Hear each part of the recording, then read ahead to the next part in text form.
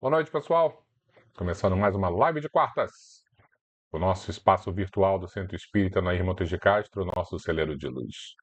Que Jesus nos abençoe e que possamos unir os nossos corações a esse Mestre que nos ama tanto.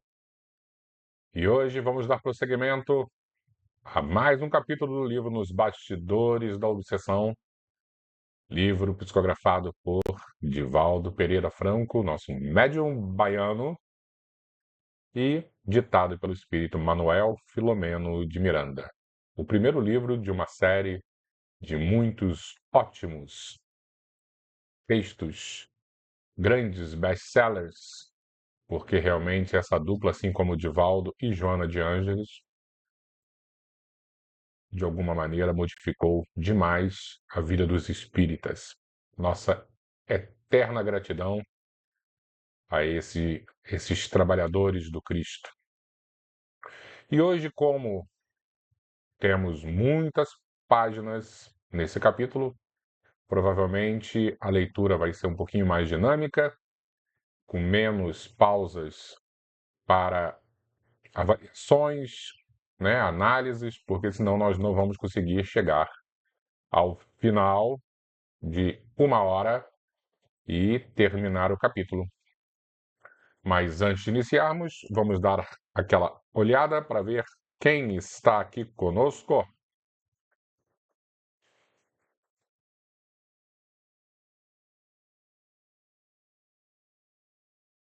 Já colocar meu óculos, porque eu já não estou chegando mais nada de perto. Sérgio, muito boa noite, meu amigo. Jesus abençoe você, toda a sua família, minha querida Lu, Bernardo. Oi, Laura. Muito boa noite. Amanhã, se Deus quiser, estaremos juntos, né? Fica com Jesus. Jesus te ilumine também, tá? Neia, ótima noite, obrigado pela presença.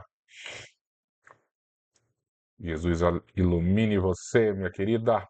Elizabeth Marques. Ótima noite, Jesus abençoe você e sua família. Amanhã também, se Deus quiser, estaremos juntos. Maria Terezinha, obrigado pela presença sempre. Que Jesus também ilumine você e sua família. E sempre aquele especial beijo para o seu neto, Tiago. Silvia, obrigado, Silvia. Sempre aqui conosco também. Ótima noite, que Jesus ilumine você e sua família. Elisa, oi Elisa, ótima noite também. Que Jesus te ilumine, ampare. Amanhã, se Deus quiser, estaremos juntos também. Elizabeth, ótima noite, Elizabeth. Jesus também ilumine você. Amanhã estaremos juntos, se Deus quiser. Socorro, minha querida amiga Socorro. Saudades de você. Ótima noite, que Jesus ilumine você e sua família. Espero que você esteja muito, muito bem, tá, Socorro? Denise, boa noite, Denise. Jesus ilumine você, saudade da sua filha.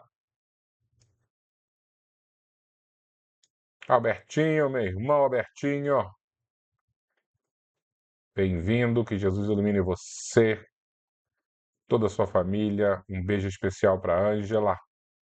Marisa, ótima noite, minha querida amiga Marisa. Jesus abençoe você também, tá? Márcia Guimarães, obrigado também pela presença, Márcia. Ótima noite, Jesus ilumine você também, toda a sua família. Eu acho que já podemos iniciar, né? Porque temos muito o que conversar hoje. O capítulo promete e tenho certeza que vamos sair impactados.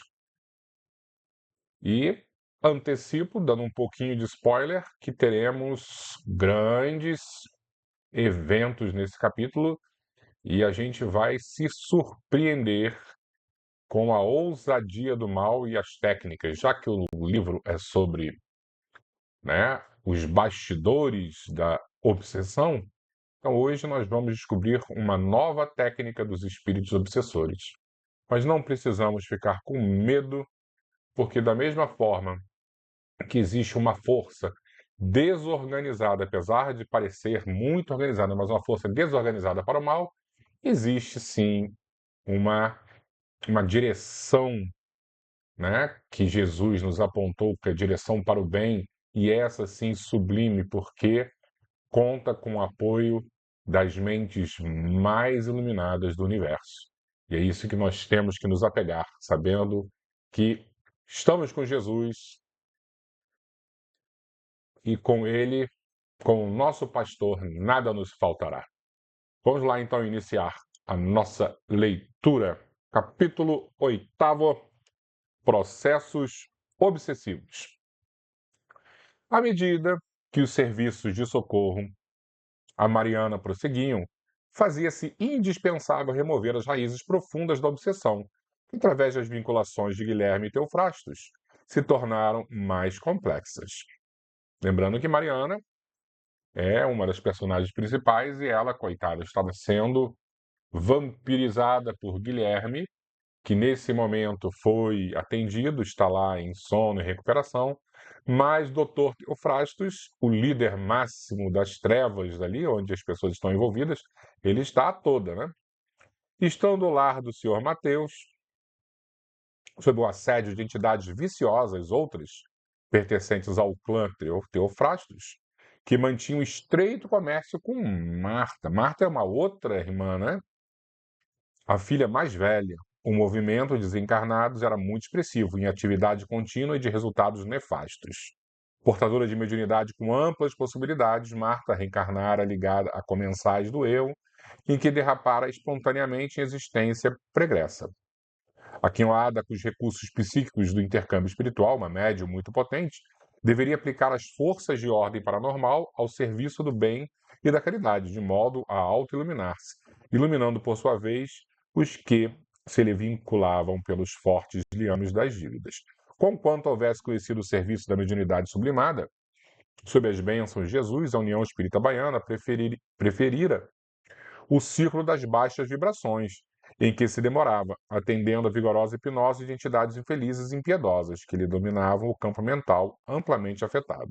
Então a menina, né, a Marta, a filha mais velha, estava trabalhando de maneira muito equivocada com a mediunidade dela. Dizendo-se ligada aos graves conúbios com antigos escravos do Brasil, ainda dirigidos por ódios demorados, fascinava as incursões no terreno da necromancia, inexperiente e insensata, em cujos segredos procurava aprofundar-se, penetrando lamentavelmente em grosseiras burlas que a conduziam a dolorosos processos de possessão paulatina e segura. Então, a cada dia que ela desenvolvia lá seus trabalhos mediúnicos de maneira muito equivocada, ela ficava cada vez mais presa às entidades que compactuavam com isso. Dirigida por mentes tenazes, irreversivelmente portadoras de alta dose de rancor, fazia-se dócil instrumento para as consultas da irresponsabilidade, aliciando outros cômpares para o vampirismo que graça em larga escala nos diversos departamentos da crosta terrestre, entre os seres invigilantes e pretensiosos. Não poucas vezes, dirigida pelos famanazes espirituais da rebeldia, adentrava-se noite alta pelas necrópolis, né, pelos cemitérios da cidade em busca de despojos humanos para os infelizes serviços a que se entregava. Que horror, né?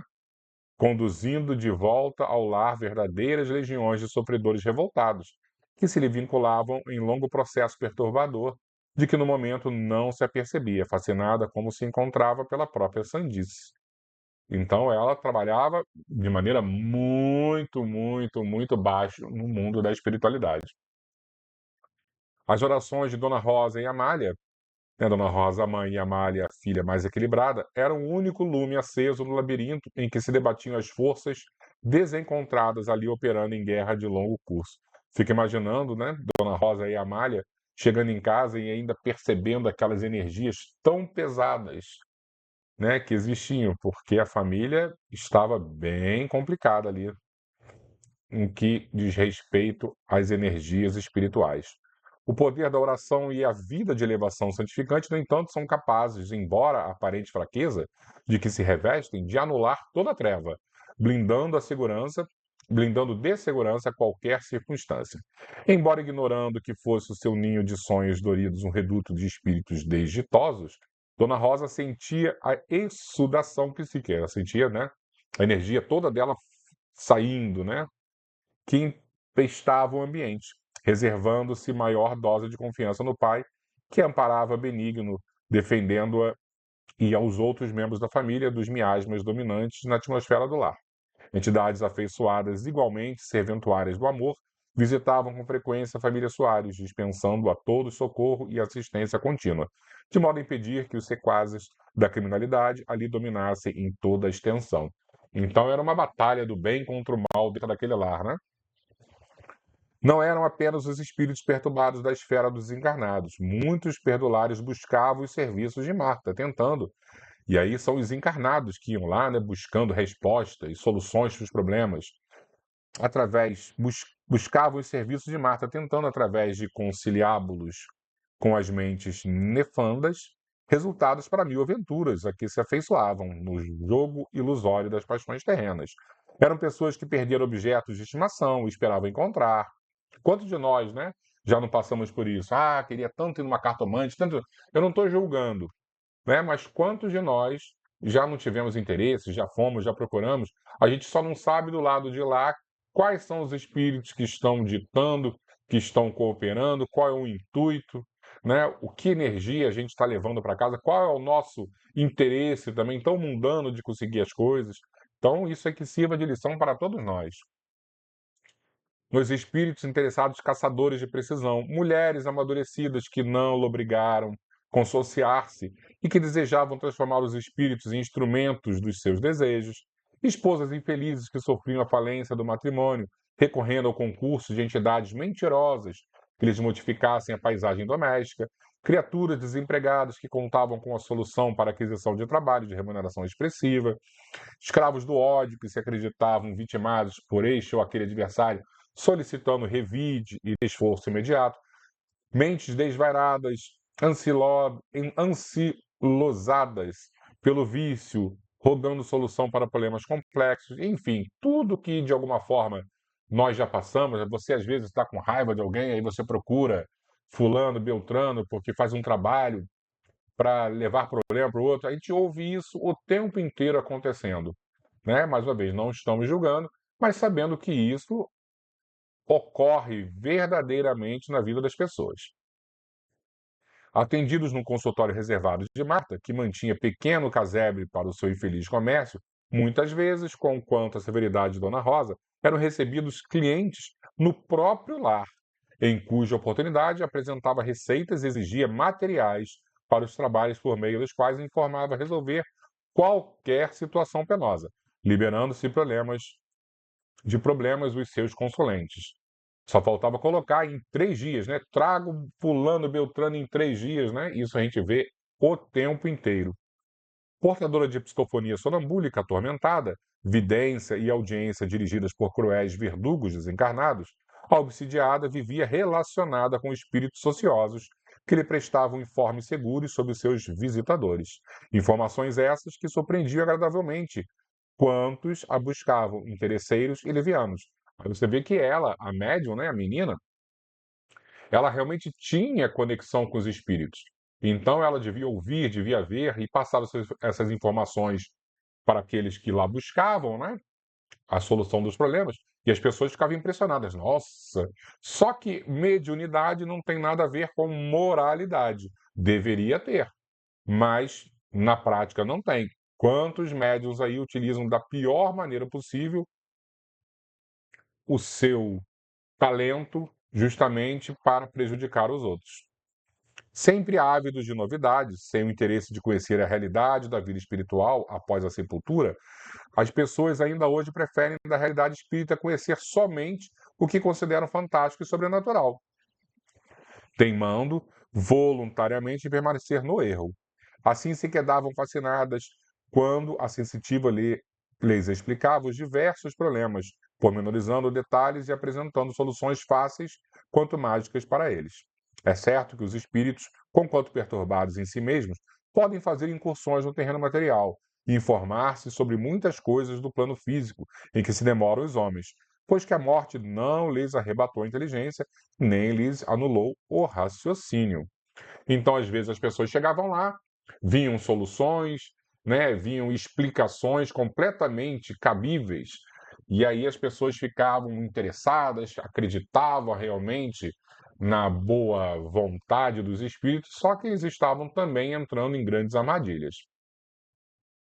São capazes, obviamente, de acompanhar as criaturas, dar-lhes assistência e inteirar-se das ocorrências do caminho humano, apresentando circunstanciados relatórios, como se houvessem podido, por sortilégios estranhos, possuir o dom do conhecimento. Conseguindo êxito no primeiro tentame, o da informação, produziam os demais planos verdadeira consagração nos invigilantes, que se comprazem na lei do menor esforço e que ainda se reservam o direito de manter o cativeiro, que, embora desaparecido da Terra, continua em outros círculos do mundo espiritual em lastimáveis processos. Então os espíritos começam, ajudam aqui, mas com o passar do tempo muda o jogo e daqui a pouco está todo mundo preso naquela teia. Ainda hoje é muito comum escutarem-se aqueles que dizem ter um espírito às suas ordens, que os ajuda, atendendo-os com fidelidade de cão. Invariavelmente, se ligam a antigos escravos que a desencarnação não libertou e que prosseguem na sua ignorância quanto às realidades da vida, no vicioso intercâmbio com as consciências da Terra, dominados ou dominadores, o que também ocorre modificando-se então o tipo de escravidão, que é o predomínio do desencarnado sobre o encarnado, quase sempre profunda perturbação. Vaidosos, os homens não atentam ao dever da solidariedade nem da caridade, considerando-se credores de socorros e ajudas que estão muito distantes de merecer. Asfixiados pelo eu dominador, supõem que a vida deve servi-los e que o barro orgânico é difícil para o seu supremo prazer. Nesses homens e mulheres desprevenidos da realidade do além-túmulo, consciências livres e irônicas estabelecem julgos de dominação, que degeneram em enfermidades de etiologia difícil para a medicina humana e que não acabam sequer com o advento da desencarnação. Então, existem muitas relações completamente equivocadas entre encarnados e desencarnados, e às vezes nós conscientemente buscamos isso, querendo soluções fáceis para os nossos problemas. Aí estão, todavia, claras e puras as lições do cristianismo, ora revividas na doutrina espírita, clamando quanto às responsabilidades de cada um em relação a si mesmo e ao próximo. Vibram os pensamentos de Jesus, arrancados do silêncio dos séculos, convidando ao amor, à santificação da vida. Sublimes vozes da imortalidade proclamam a era da luz combatente contra a treva. Venerando os desencarnados, retornam e revivem os conceitos imortalistas de verdade, cantando a excelência dos mandamentos, ilações excelentes quanto às causas e os efeitos dos sofrimentos e das ações são apresentadas por antigas cerebrações que dignificariam a existência entre os homens. Mortos queridos ressuscitam do sepulcro vazio para consolarem e animarem, levantando moral e estimulando ao dever. Guias e condutores da humanidade reassumem a direção do pensamento da Terra, pregando esperanças, dirimindo dúvidas, plasmando diretrizes de paz. Obreiros da compaixão retornam e tomam das mãos dos homens com mãos intangíveis para conduzirem a retas atitudes. E uma sinfonia de bênçãos em forma de melodia de justiça, amor e caridade envolve a humanidade, como se os anjos da noite santa do Natal voltassem a repetir: Glória a Deus nas alturas e paz na terra entre os homens de boa vontade. Os ouvidos das criaturas, porém, antes as atroadas dos desesperos, os olhos queimados pelo incêndio das paixões, os sentimentos crestados pelo vazio da volúpia e os cérebros abrasados pela sofreguidão do poder, parecem não registrar tão sublime sementeira e luz, não sentir tão grandiosa epopeia de vida. E infelizmente é assim mesmo, né? Porque em qualquer canto do planeta haverá pessoas bem intencionadas, mas oferecendo soluções, verdades que são de alguma forma difíceis, né? A mentira é muito mais fácil de você comprar do que uma verdade onde você precisa se transformar. O triunfo do Consolador prometido por Jesus, ora entre nós, ainda não atingiu o clímax. Ele, porém, repetindo as vozes dos céus, prosseguirá no desiderato da verdade, semeando bênçãos, embora as pequenas colheitas de amor, e ficará até o fim dos tempos. A missão do Espiritismo é a mesma do cristianismo das primeiras refulgentes horas do caminho e das arenas: levantar o homem do abismo do eu e alçá-lo às culminâncias da fraternidade, após galgado o monte da sublimação evangélica redentora. Transitório período das trevas, prepara ele as consciências para o departamento da verdade. Saturado das vibrações ultrajantes, o espírito humano buscará, é o que está acontecendo, né? Invadido por incomparável sede de renovação, as fontes inefáveis do bem, mergulhando demoradamente nas suas águas refrescantes. E aí a gente vê nitidamente uma parcela da humanidade que está vendo que está tudo tão errado no planeta e, por esse fato mesmo, existe uma força sobre-humana para buscar uma direção melhor, né? Assim, considerando e diante das esperanças e consolações que nos aguardam, os nefandos labores da atormentada necromante nos inspiravam fundo compaixão. Por isso que eu falei, não podemos julgar jamais, mas sempre agir com compaixão, que também nos merecem aqueles que buscam os desvios da leviandade para enganarem a consciência, tentando a fuga espetacular às linhas do dever. Não poderão alegar desconhecimento da verdade, nem se justificarão como ignorantes do auxílio dos recursos divinos. Lamentarão sem poderem fruir o consolo reservado aos que se esforçaram em preservar na augusta direção do bem. Chorarão sem lenitivo por desprezo à impostergável mensagem do fazer ao próximo o que deseja e faça a ele. Sofrerão demoradamente longe do recurso da prece, de que se utilizaram mecanicamente, sem qualquer respeito, fazendo instrumento do capricho infantil, antes que veículo de comunhão com o Senhor. São os que se encarceraram nos presídios sem paredes da mente desalinhada e tormentosa.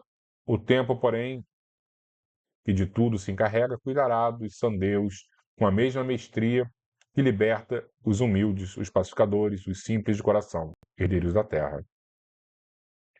Ora, com o andamento das operações de socorro ao lar da família Soares, o irmão Teofrastos foi informado por comparsas seus ali residentes dos rumos que tomavam os processos de dominação, que até então repousavam em suas ávidas e duras mãos. Então lá o líder das trevas, né, daquele momento, daquele ambiente onde a drama estava acontecendo, ele já estava sabendo que o Guilherme tinha sido acolhido e que a família estava sendo protegida por espíritos nobres, né? Em face disso, o irmão Saturnino, né, o espírito evoluído, programara um novo encontro espiritual através do médium Moraes, no qual se tentaria uma entrevista com o antigo mago de Rouen, que teria atividades em pauta para a madrugada no dia imediato, no anfiteatro já nosso conhecido. E aí eu já fico logo ansioso para saber como é que vai ser esse encontro do Teofrastos conversando com José Petitinga, ele ajudado pelo espírito saturnino na reunião mediúnica, né? Isso vai acontecer, com certeza. E eu não lembro de como foi, né? Eu já li há tanto tempo esse livro. A hora aprazada, em desdobramento parcial pelo sono, encontramos-nos no recinto das tarefas mediúnicas da nossa casa de oração. Então, todos os bons espíritos encarnados e desencarnados, os encarnados acabaram se desdobrando através do sono e foram se reunir lá na casa espírita. Conduzidos que foram pelo irmão Ambrósio, lá defrontando os demais membros das tarefas em curso, com exceção do irmão Guilherme, que fora recolhido dias antes a local próprio de repouso e refazimento espiritual. Após comovida oração proferida pelo irmão Saturnino, este explicou os objetivos da reunião, que deveriam colimar num encontro pessoal com o irmão Teofrastos, e cuja orientação seria ministrada pelo benfeitor Glaucus, responsável pela empresa que se nos afigurava de grande porte, em considerando a necessidade de nos adentrarmos novamente no anfiteatro para, após as exibições dolorosas, mantermos entrevista com os gênios das sombras. Então lá vai todo mundo de novo ao anfiteatro, hein? A caravana estava constituída pelo irmão Glauco, Saturnino, Ambrósio, mensageiros adestrados em tarefa de tal envergadura, e por nós outros, desdobrados parcialmente pelo sono, Petitinga, o médium Moraes e nós, que é o Manuel Filomeno de Miranda. Tomando o veículo que nos conduziu à região em que se encontra localizado o cenário das ocorrências infelizes, acercamo-nos de pequeno grupo agitado que discutia em altas vozes. Indigitado do sucessor informava: hoje teremos um espetáculo formidando. Fui informado desde as vésperas, por dirigente amigo inteirado das ocorrências daqui, e eu não podia faltar. Necessito de aprender e utilizar os recursos da técnica moderna para fazer justiça. Então, já tinha chegado ao ouvido de vários espíritos de pequeno porte na arte da obsessão que hoje o Dr. Teofrastos ia dar um show lá de novas tecnologias para a perturbação dos encarnados e desencarnados. Estrídula gargalhada ressoou sarcástica. Outro infeliz perseguidor, que assinalava na face esmacilento e desfigurado a condição íntima, grunhiu. O caso de hoje, como outros anteriores, pertence à força da justiça. Entre nós, a lei tem função punitiva. Nada de correção, nada de piedade. Quem fere será ferido. E acabou-se. Quantas vezes nós pensamos assim? Por isso que nós precisamos urgentemente elevar o nosso pensamento, né? Porque às vezes a gente assiste uma televisão, vê um programa e a gente tem aquele ódio no jornal, né? Ah, não, porque fulano fez isso, fez aquilo, tinha que matar, né? Olha como nós somos, não somos tão diferentes, hein? Uma senhora que se caracterizava pelo desleixo da aparência, com fundas olheiras, narinas arfantes e lábios finos, contraídos, de semblante patibular, arengou: eu conheço pessoalmente o infrator que hoje começará a experimentar o rigor da justiça. Estou ansiosa. Não percamos tempo, entremos. Em ruidosa zombaria, rumaram na direção da porta principal e desapareceram entre a multidão agitada. O que merece registro é que todos se referem à justiça, esquecidos da própria condição. Tornaram-se juízes dos outros, esfaimados como se encontram de equilíbrio. Enlouquecidos nos desvarios da vindita, estribam-se no falso conceito da justiça com as próprias mãos, derrapando em crimes hediondos que os surpreenderão mais adiante, recebendo-os nas malhas da inexorável lei da evolução. O momento, no entanto, não comportava considerações de tal natureza. Gentilmente advertidos por Saturnino, reunimos-nos em prece e absorvendo as energias deletérias com que modificaríamos a psicosfera espiritual, algo arquejante sob o império das emanações de baixo teor vibratório, respirando a custo, com aparência algo desfigurada, para não chamar atenção. Acercamo-nos em grupo da entrada, atravessando o torniquete em que se encontrava instalado o psicovibrômetro.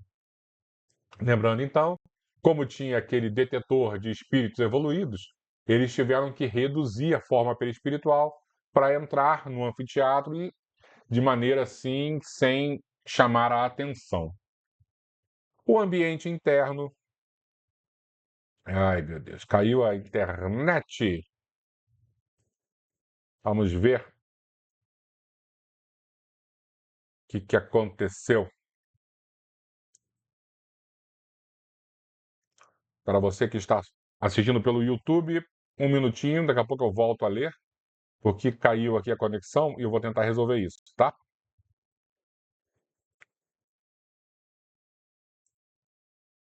Vamos ver o que eu faço aqui. Voltou a conexão, né, pessoal? Havia caído rapidamente aqui. Eu percebi que tinha caído, mas acho que nós voltamos. Então vamos continuar. O que eu não lembro, eu não vi exatamente quando caiu, mas os espíritos trabalhadores, né, os iluminados, conseguiram entrar no ambiente sem serem reconhecidos. Vamos continuar então daqui. Um ambiente interno insuportável estava carregado de fumo e vapores nauseantes, asfixiantes. Luzes pesadas caíam em tons fortes projetados na direção do centro em que se dariam os espetáculos. A multidão de galhofeiros era considerável. Gestos e expressões vulgares explodiam em atroada forte de todas as direções. Alguns encarnados, amedrontados uns, voluptuosos outros, participavam das galerias atulhadas. O irmão Saturnino, sempre gentil, explicou-nos ser necessário considerar que ali se encontravam muitos espíritos encarnados. E a gente já viu da última vez que eles foram lá no anfiteatro, né? Que tinham muitos espíritos que estavam dormindo no corpo físico, estão lá no corpo físico dormindo, o espírito sai e vão dar aquela voltinha, né? E como eles estão muito obsidiados, eles são conduzidos a esse anfiteatro. Espontaneamente presentes, olha, está dizendo que agora eles estão indo espontaneamente, participantes habituais que se fizeram de espetáculos daquele vulto. Espíritos aclimatados a regiões inferiores de onde procediam, antes da reencarnação do corpo carnal, encontraram elementos grosseiros para se refestelarem, mantendo a sintonia com os que ficaram na retaguarda. Outros, menos avisados, se mancomunaram com as mentes infelizes que pululam em toda parte, e nas horas de vigília se nutrem dos pensamentos deprimentes e opressivos, derivados dos prazeres animalizantes em que se demoram, ali se reunindo nas breves horas de parcial desprendimento pelo sono, para darem curso aos apetites mais brutais, sexólogas inveterados, perturbados das funções genéticas, alcoólatras, morfinômanos, cocainômanos, opiômanos, né, os viciados em ópio, e outros que possuem os centros da razão anestesiados pela monoideia do gozo, em perfeita comunhão, assimilando e eliminando as vibrações viciadas das construções mentais constantes de que se fazem objeto permanente. Com intervalos regulares, soaram os sinais pronunciadores do início da função execranda. Né? Então, vai começar então a reunião. Com o estrépito quase ensurdecedor, as sirenes anunciaram a aparição do Dr. Teofrastos. Alguns clarins de sons agudos foram ouvidos e sinistro séquito, carregando o palanquim em que se encontrava o arguto obsessor, deu entrada em cena. Gritos e aplausos atordoantes encheram o amplo recinto.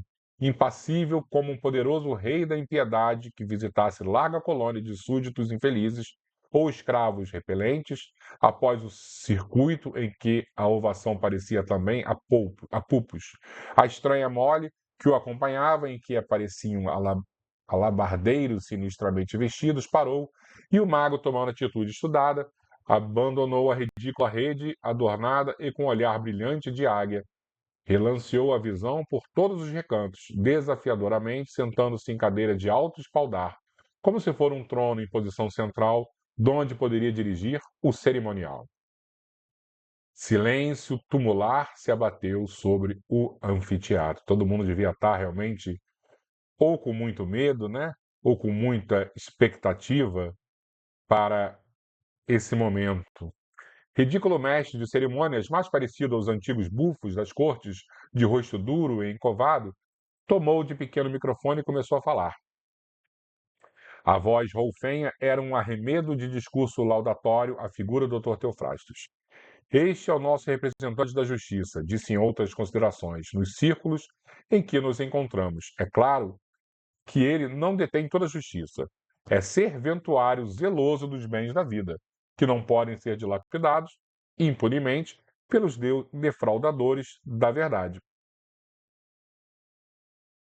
Fez pequena pausa de efeito. As palavras justiça e verdade soavam ali muito estranhamente.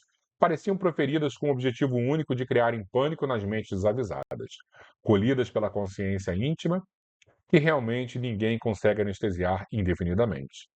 Não somos impiedosos, como afirmam muitos. Prosseguiu com entonação de ira e maldade. Somos somente a consciência externa dos que escondem a consciência pessoal e fraudam, equivocando-se depois ao acerto de contas de que ninguém se eximirá. Não condenamos quem quer que seja, despertamos cada devedor para a autopunição. Não violentamos a liberdade de ninguém, nem constrangemos espírito algum a tomar parte em nossos atos. Todos os que aqui nos encontramos usamos as duas alternativas normais: sintonia, por afinidade de gostos, que nos congregam numa poderosa confraria em que uns justiçam e outros são justiçados, e sintonia pelo medo, que é requisito material necessário para resgate dos crimes praticados, através dos processos compatíveis de que as leis utilizam nossa possibilidade de punidores que nos fizemos também espontaneamente. Então, ou afinidade, sintonia, né, pela afinidade, ou sintonia pelo medo. Por isso que as pessoas estavam lá. Isto posto, temos as mãos lavadas de qualquer culpa e segurança. Ah, verdade, tem sim. Qualquer culpa e segurança íntima de que não somos benignos com uns e severos com os outros. Cada um aqui recebe conforme o seu merecimento. Dispomos de meios de tudo saber e temos uma legião de informantes que fiscalizam os que se demoram no corpo, conquanto ligados à nossa colônia, para que, quando aqui trazidos, quer na roupagem física ou não, possam ouvir de testemunhos devidamente adestrados o relato das suas desditas, como se a própria consciência neles resolvesse falar. Doutor Teofrástio é, pois, a chibata da lei. Preparai-vos, consciências infelizes e corações envenenidos. Esperai. Temos tempo, dispomos do milagre da supervivência. A morte é isto. O que cada um fez, como viveu, conforme preferiu agir. Suportai agora o resultado das vossas atitudes. Um grande tribunal, né? Tribunal bem sinistro, por sinal, mas um grande tribunal. Silenciando a voz estranha, uma quietude cruel se abateu sobre o recinto. Mesmo alguns dentre os espíritos obsessores mais cínicos apresentavam no semblante estarrecido o estupor e o receio. Afinal, ali estavam somente consciências ultrajadas, e as expressões vigorosas verdade e justiça, conquanto desvitalizadas na sua grandiosa significação, para eles representava o invariável ajuste de contas de que ninguém se furtaria. Verdade e justiça, tão mal baratada por esse grupo, né? A última coisa que existe ali realmente é verdade e justiça. Apenas ali mentira e vingança. A um sinal adrede combinado, o doutor Teofrasto ergueu o pesado cetro e o bateu violentamente no palanque que o sustinha. O mestre de cerimônias bradou: tragam o primeiro caso. Rebuscando entre tiras de papel que mantinha nas mãos, destacou uma e leu: José Marcondes Efendi, 21 anos, domiciliado na Terra. Então está encarnado o rapaz olha só, um menino de 21 anos, uma criança ainda, encarnada, sendo levada lá através do desprendimento do corpo, né? Através do sono. Dois ajudantes de enfermagem apareceram trazendo uma maca na qual, em sono profundo, aparecia um espírito reencarnado, desdobrado em corpo espiritual, que foi colocado na mesa cirúrgica situada no centro do proscênio. Todos estávamos de olhos fixos no que ocorria. O locutor novamente chamou: apresente-se a testemunha. Do grupo que a cercava, o Dr. Teofrastes destacou-se horrenda figura de aspecto repelente que se acercou do paciente em repouso agitado. Pode falar, impôs o sinistro apresentador do espetáculo, tomando do microfone para se fazer ouvido e pegarreando asquerosamente, o mísero sofredor narrou. Estive na Terra há aproximadamente 60 anos, donde fui expulso por homicídio vergonhoso. Então foi assassinado esse senhor, né? Era radicado no Rio de Janeiro nos últimos dias do Segundo Império, fazendo parte da média burguesia. Acreditava-me feliz da vida conjugal, quando, por insistência da esposa, buscara recreação em férias de dezembro em Petrópolis, fugindo à canícula do Rio. Hábito, aliás, que se repetia a cada ano. Não imaginava que a companheira de quase 15 anos de vida em comum ligara-se a aventuras extraconjugais com um dos meus empregados, que servia numa das lojas de tecidos de minha propriedade. Não tendo filhos, por minha morte, todos os meus bens recairiam nas mãos da viúva. Então, a esposa dele começou a trair com um funcionário desse senhor e organizaram lá uma, um assassinato para ela herdar toda a herança. Embargado, se não pela emoção, porém pela ira repentina que o dominava, fez uma pausa que foi interrompida por estímulos coléricos das galerias. Prossegue, narra, nada de medo, desejamos saber tudo. Instalado na Serra Petropolitana entre amigos folgazões, que se beneficiavam do excelente clima, fui assassinado cruelmente, sem piedade, pela esposa e o amante, que ela emboscara na intimidade da alcova, 5 dias após ali, nos termos alojado. Logo depois, oferecendo ensejo para que o criminoso se evadisse, ela ensinou o roubo de joias e outros valores, do que resultara o hediondo crime. Hábil na arte da dissimulação, fez-se acreditar que o homicídio passou impune. Embora aberto inquérito que se arrastou tristemente entre as autoridades competentes, sem testemunhas nem novos fatos que viessem justificar suspeitas, o caso foi encerrado e a sepultura silenciou sobre a tragédia passional. Novo choque da turba desesperada. O que aconteceu? Gritavam em coro as vozes desenfreadas. Ao despertar do lado de cá, experimentando as cruezas da imortalidade, dominado por incoercível ódio, ardendo de desejo de vingança, retornei ao lar. Não posso atinar com o tempo que houvera transcorrido. E então o meu horror não teve limite. A traidora, passando um regular período de luto, consorciara-se com o meu assassino, entrando ambos na posse dos meus bens, fruindo o resultado do crime feroz. Transfigurado de dor e revolta, esbravejando com expressões das mais chocantes, o narrador de olhar desvairado prosseguiu.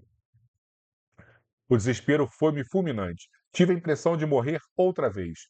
Uma angústia bestial feriu-me, e a dor que sentia no peito, varado pelo estilete com que me destruíra o corpo, foi acrescentada a de um ácido que me queimava e requeimava, até que louco perdi a noção do tempo, do lugar, de tudo. Refocilei em regiões indescritíveis. Por quantos anos não poderia dizê-lo com segurança, sem refrigério, sem socorro?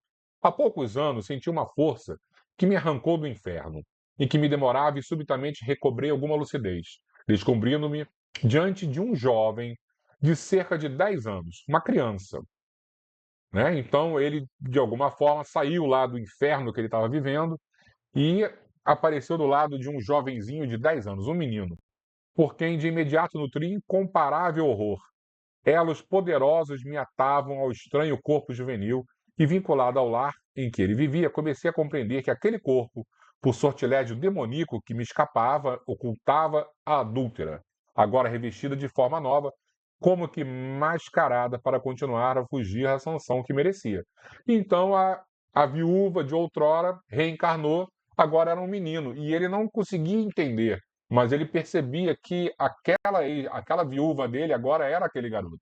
Por isso que ele odiava tanto aquele menino. Então ele ignorava totalmente a lei de vinda e de volta, a lei da reencarnação, em que os criminosos são obrigados a percorrer outra vez os sítios malsinados pela sua conduta vergonhosa. Mas sentia que, perseverando ali, mais cedo ou mais tarde, surpreenderia a verdade. Foi o que fiz. Comecei a acompanhar aquele ser que me inspirava a mais chocante revolta. Paulatinamente, me fui afinando com ele, e tão constante me fiz na eficiente fiscalização que um dia, em que o sono dominou, percebi que ela, a horrenda assassina, abandonava o corpo dele. Vendo-me, reconheceu-me e voltou a refugiar-se nas carnes novas, que foram sacudidas por vigoroso choque, produzindo nele o despertar apavorado. Não mais arredei pé. A recordação entrecortada de soluços e descontroles produziu violenta crise na entidade, que continuou estimulada pelo auditório ávido do desfecho. Recompondo-se após olhar a figura impassível do chefe, prosseguiu. No lar em que ela se ocultava, conheci um membro desta colônia, que ali também residia, e vinha aqui trazido para uma entrevista com o Dr. Teofrastes. Então, o Dr. Teofrastes era um polvo, né, que ia pegando todos esses espíritos descontrolados, né, perdidos, loucos, e dando orientação no sentido, pior sentido da palavra, para que as pessoas pudessem se vingar. Né? Antes da citação do nome do mago, os ouvintes em desatrelada balbúrdia aplaudiram com palmas, assobios e gritos ensurdecedores. A sirene soou impondo silêncio e a narração continuou. Ouvido atentamente pelo chefe, ele recomendou-me uma vingança de longo curso. Fui visitar pessoalmente a minha inimiga e, após demorado exame, chegou à conclusão de que poderíamos produzir muito em nome da justiça a meu benefício. O corpo era moço, mas o espírito que o animava era o da assassina, que merecia severa punição. Identificando nela em corpo de homem, embora as tendências guardadas da vida anterior, em que as dissipações atingiram o auge, o esposo, depois de expropriar-lhe os bens, evadiu-se para a África, deixando-a na mais chocante miséria. Então, o namorado dela, né, que depois se casou, o responsável conjunto pelo assassinato, ele acabou abandonando na vida passada a mulher e indo embora para a África, né, deixando ela na mais chocante miséria. O que a levou a uma vida boêmia, aniquilando o corpo em imundos cátares de perversão moral. Vitimada pela tuberculose que contraíra o peso de excessos de toda a natureza, fácil seria perturbar-lhe os centros genésicos, mediante a perversão da mente inquieta, em processo de hipnose profunda praticado por técnicos do nosso lado. Gargalhadas estentóricas estouraram de todos os lados. "Viva a justiça!" gritaram. "Muito bem, adiante!" E em pleno amadurecimento das faculdades sexuais, sob a rigorosa assistência de um hipnotizador destacado pelo Dr. Theophrastus, foi fácil modificar-lhe o interesse e inclinar-lhe a libido, em sentido oposto ao da lei natural, já que o seu corpo era masculino, produzindo irreparável disfonia nos centros da emoção. Daí por diante, associei-me à sua organização física e psíquica, experimentando as sensações que lhe eram agradáveis, e criamos um condicionamento em que os nossos interesses agora passaram a ser comuns. Tão fortemente me liguei à sua vida que o ódio se converteu em estímulo e gozo, emanando-nos em processo de vampirização e que me locupleto e por meio do qual a destruo, atirando-a cada vez em charco mais vil, até que o suicídio seja a única solução. Então, um amor completamente enlouquecido, né? Porque no início era ódio, e aí agora ele já está, de alguma forma, tão vinculado com um rapazinho, né? Que já está com 21 anos, que, de alguma maneira, o ódio voltou a ser amor, mas um amor completamente enlouquecido. O auditório vibrava, os espetáculos romanos do passado não poderiam ser mais chocantes. Era difícil saber se aqueles eram espíritos que habitavam corpos humanos ou primitivos seres que apenas experimentaram o trânsito do instinto para os albores da inteligência através de formas humanas. Na pausa que se fez natural, Saturnino, visivelmente comovido, comentou: "Justiça em nós mesmos. O erro acompanha sempre o desrespeitador da lei, enquanto ele não se modifica para a verdade e não se submete espontaneamente à reparação. Acreditam esses infelizes irmãos que o poder está nas mãos, teimando por ignorar que a lei que lhes concede ensejo para tais proezas não lhes permite o uso desregrado da impiedade nem da suprema humilhação, olvidando conscientemente a aproximação do momento deles próprios, em situação possivelmente muito mais dolorosa." Né? Que tristeza, né? Que palavras sábias de Saturnino. Silenciou, pois, que a narrativa entre as ovações e as chincalhes tinha curso. "Depois de alguns anos de convivência entre ela e mim", continuou a entidade, "percebi que curiosa tristeza a malsinava. Sentia-se dominada por mim e começou a registrar minha presença. Agora, após concluir o curso médio e iniciar-se na universidade, com maior compreensão dos problemas humanos, sabendo do drama íntimo, resolveu procurar uma psicanalista de renome. Submetida ela a diversos testes e sessões especializadas, o facultativo, que é dócil à minha sugestão, merece esclarecer que a este tempo já enfronhara devidamente nas técnicas da sugestão, nos diversos processos hipnológicos de que me utilizo com frequência para colimar os meus desejos, e que ignora totalmente, na sua soberbia intelectual, as realidades deste lado, utilizando-se de expressões muito em moda por mim inspiradas. Sugeriu que o essencial da vida, isso é uma terapeuta, né, uma psicóloga falando, que o essencial da vida é a pessoa realizar-se como achar conveniente, e que tudo mais são tabus que devem ser quebrados em prol da felicidade de cada um. Hoje em dia, esse pensamento está muito mais forte ainda, né, pessoal? Pressionando o especialista com hábil sugestão, consegui que ela estimulasse o prosseguimento habitual dos seus atos, o que não me foi difícil. Novas gargalhadas espocaram, acompanhadas dos mais chocantes verbetes de infelicidade humana. Muito estimulado pelo consenso geral, o espírito infeliz culminou.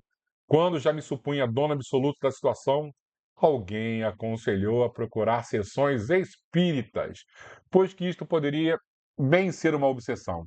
Esse alguém é um certo pregador do espiritismo nessa cidade, que se propôs ajudá-la com passes e outros recursos que ignoro. "O quê?" bradou o auditório. "Onde já se viu? E a justiça? O espiritismo é o maior inimigo da nossa organização. Fora com o espiritismo, reajamos à intrugice." Novamente, o silvo das cigarras impôs silêncio. O narrador prosseguiu. Atônita, começou a frequentar algumas sessões e eu me senti repetidamente sem possibilidade de dominá-la, como fazia até então. E a gente sabe exatamente o que é isso, né? A pessoa começa a fazer oração, começa a mudar de sintonia, rompe os laços. Sabendo-a sem resistência para o que já lhe constituía um hábito, comecei a sugestioná-la De longe, a infeliz, no entanto, ao invés de receber as minhas impressões, fez-se beata, começou a orar. Recorri, então, ao Dr. Teofrastos, que, muito sábio, lhe deu assistência especializada e conseguiu induzi-la a novos compromissos, obrigando-a a reincidir, o que me ofereceu o ensejo de trazê-la aqui hoje. Saturnino, vigilante, elucidou. Em qualquer problema de obsessão e desobsessão, a parte mais importante e difícil pertence ao paciente, que, afinal de contas, é um endividado. A este compete o difícil recurso da insistência no bem, perseverando no dever e fugindo a qualquer custo aos velhos cultos do eu enfermo, aos hábitos infelizes, mediante os quais volta a sintonizar com os seus perseguidores, que, embora momentaneamente afastados, não estão convencidos da necessidade de os libertar. Oração, portanto, mais vigilância, também conforme a recomendação de Jesus. A prece oferece o tônico da resistência e a vigilância o vigor da dignidade. Armas para quaisquer situações são o escudo e a armadura do cristão. Orar e vigiar. Por isso que nós estamos lendo isso, para compreender as tramas da obsessão e que nós precisamos estar o tempo inteiro focados no bem. O meu desejo é continuar a dominá-la, continuou arregado. E, nesse sentido, nosso chefe se propôs submetê-la a uma intervenção cirúrgica. Intervenção cirúrgica, é isso que a gente vai ver agora. Processo eficiente contra o qual os espíritas nada poderão fazer, no sentido de libertá-la. Ao sinal do Dr. Teofrastos, o espírito silenciou. O antigo mago de Heuwen levantou-se, acolitado por dois assessores, examinou a entidade cujo desequilíbrio e invigilância quanto ao culto das responsabilidades a levar àquela dolorosa situação. Enquanto isso ocorria, Saturnino esclareceu. Não duvidemos do concurso do alto. Jesus vela, Jesus nos protege. A vítima de si mesma que os nossos olhos contemplam não está à mercê de tão sinistros algozes, abandonada. Entidades vigilantes socorrê-la-ão logo mais. O Espiritismo possui antídotos para todas as surtidas das mentes radicadas no mal, desde que os buscam a linfa soberana e refrescante da fé restaurada. Desejem assumir consigo mesmos os compromissos de perseverarem nos deveres superiores, a benefício pessoal. Oremos e confiemos. Iremos fazer uma implantação, disse em tom de inesquecível indiferença o Dr. Teofrastos, de pequena célula fotoelétrica gravada de material especial, um chip. Iam colocar um chip nos centros da memória do paciente. Operando sutilmente o perispírito, faremos que a nossa voz lhe repita insistentemente a mesma ordem. Você vai enlouquecer. Suicide-se. Somos obrigados a utilizar os mais avançados recursos, desde que este nos ajude a colimar os nossos fins. Este é um dos muitos processos de que nós podemos utilizar em nossas tarefas. Então, eles vão botar alguma coisa na mente dessa perispiritual dela e vai ficar repetindo essas frases. Estarrecidos, vimos o cruel verdugo movimentar-se na região cerebral do perispírito do jovem adormecido com diversos instrumentos cirúrgicos. E, embora não pudéssemos lograr todos os detalhes, o silêncio do recinto denotava a gravidade do momento. Transcorridos uns 10 minutos, a cirurgia foi dada por concluída e o paciente foi removido. Quantas indagações me fervilhavam na mente. Imagina na nossa, né? A hora, porém, não comportava quaisquer esclarecimentos. Era momento significativo na história de nossa vida espiritual, e o ambiente abafado, negativo, asfixiava-nos a todos. O Dr. Teofrastos retornou ao palanque e desfilaram mais alguns casos. Logo depois, o espetáculo foi encerrado. A grande mole de entidades começou a debandar. Os alto-falantes declararam que, a partir daquele instante, o chefe concederia entrevistas. Era chegado o momento. Mantenhamos serenidade e sigamos nosso irmão Glaucus, falou o sintético Saturnino. O benfeitor desceu das galerias, acompanhado pelo grupo, e aproximou-se do palco central em que estava o Dr. Teofrastos. E semana que vem vamos conhecer um pouquinho como vai ser essa conversa sinistra, né? Porque Glaucus aí vai conversar com o Dr. Teofrastos e grandes dobramentos vão acontecer. Livro interessantíssimo, né? E que todos nós possamos compreender que existe sim uma força do desequilíbrio para tirar o nosso foco. Mas existe também uma misericórdia divina tão profunda, tão amorosa, que nos protege, que nos alivia, que nos perdoa através do acréscimo de misericórdia.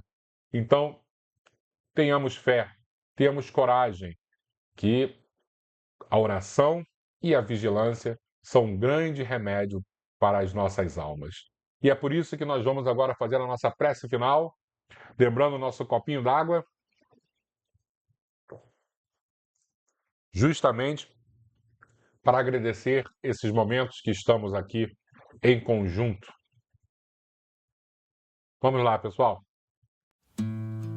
Fechar os nossos olhos, vamos elevar os nossos pensamentos a Jesus, lembrando que assim como na terra, nos planos menos elevados da espiritualidade, existem paisagens tão sombrias, tão tristes, onde o desespero e a loucura reinam, mas também precisamos compreender que nesse nosso mesmo orbe azul existem células de trabalho no bem, grandes oásis da espiritualidade maior, onde milagres acontecem. Se em alguns recantos do planeta o mal impera, o bem também opera de maneira silenciosa, aliviando corações, curando chagas da alma, orientando, fazendo milagres em todas as esferas, porque o bem se apoia em Jesus. E ele já nos comprovou que o amor cobre uma multidão de pecados.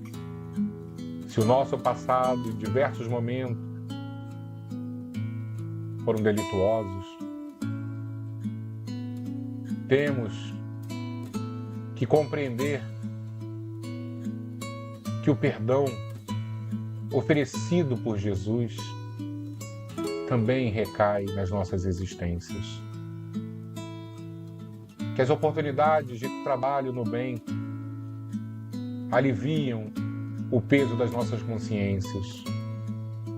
E é por isso que hoje aqui estamos reunidos em nome de Jesus, em nome do nosso querido Mestre.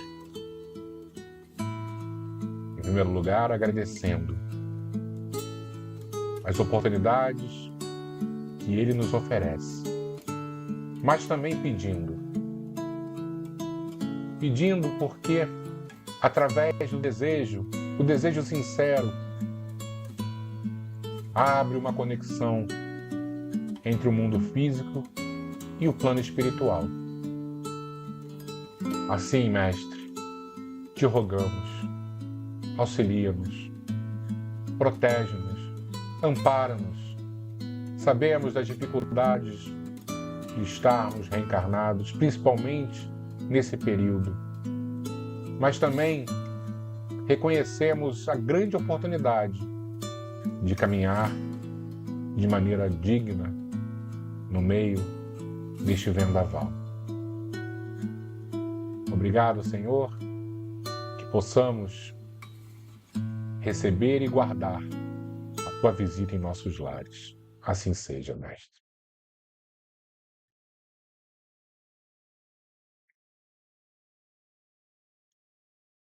Muito obrigado, pessoal. Que possamos ter a certeza de que existe uma força que é muito maior, e essa força advém do Criador, que é o nosso Pai amoroso. E Jesus representa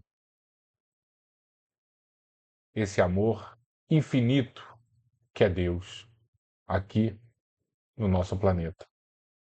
E se fomos presenteados com este mestre, com este professor, vamos nos unir, vamos pedir, vamos agradecer, porque esse é o contato.